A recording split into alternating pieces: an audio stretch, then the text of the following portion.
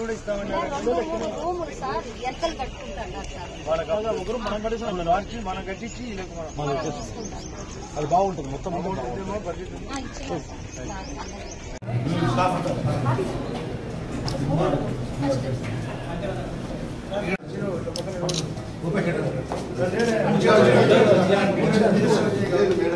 చేపలు తీస్తామండి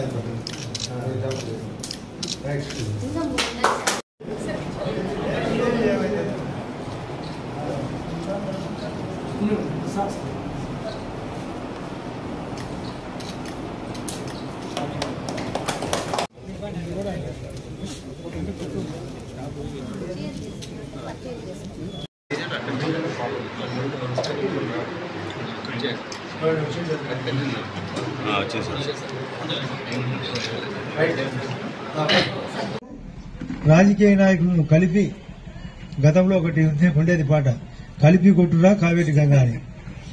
అంటే ఆ గంగా నదిని ఆ కావేరి నదిని కలపాలనేది ఉద్దేశం. అది బ్రిటిష్ వాళ్ళు పెట్టిన విధానం.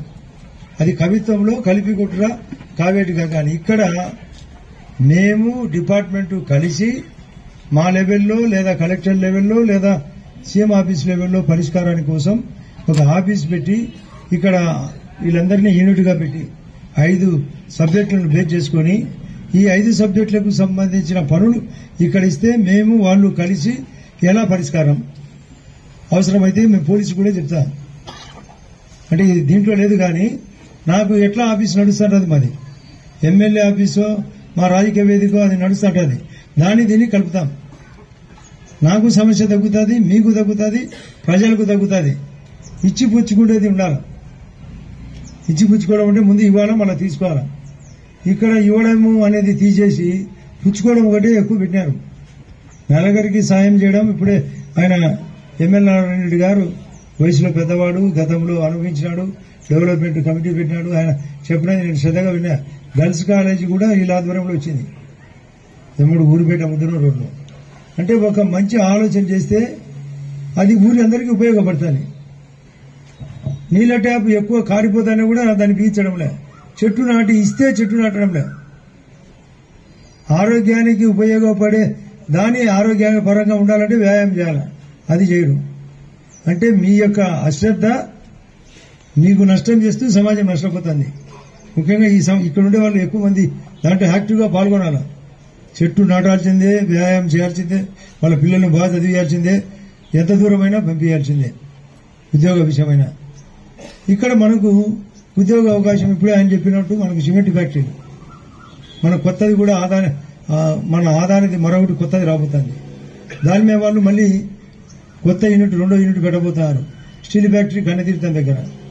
అదే కాకుండా ICL 1, 2 పాతవి తీసేసి కొత్తగా అల్ట్రాటెక్ అంటే బిర్లా కంపెనీ వాళ్ళు కొని మోడరైజేషన్ అంటే ఆధునీకరణ చేస్తారు.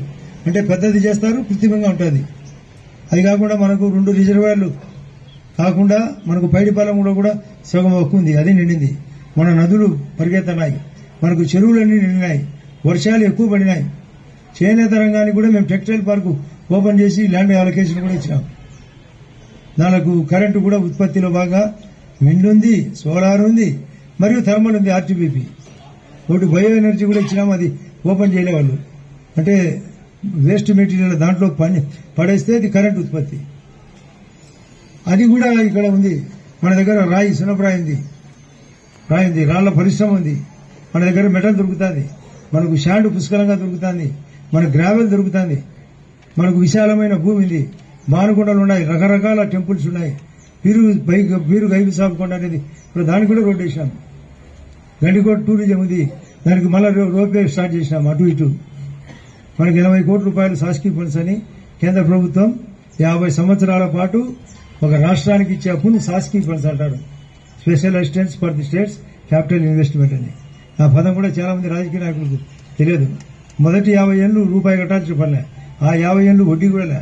ఆ తర్వాత ఆ రాష్ట్ర ప్రభుత్వం ఆ కేంద్రానికి ఎన్నిక ఇచ్చే డబ్బును శాసకీయ ఫండ్స్ అంటారు. మొన్న గౌరవ పవన్ కళ్యాణ్ గారు అడిగితే 2000 కోట్లు రూరల్ రోడ్లకు అంటే పల్లెల రోడ్లకు ఇచ్చారు కూడా, అవి కూడా జనరాబోతాయి. ఇప్పుడు ఒకడు సపోర్ట్ కొడితే 1,000 మంది కొట్టారు, 3,000 మంది కొట్టారు.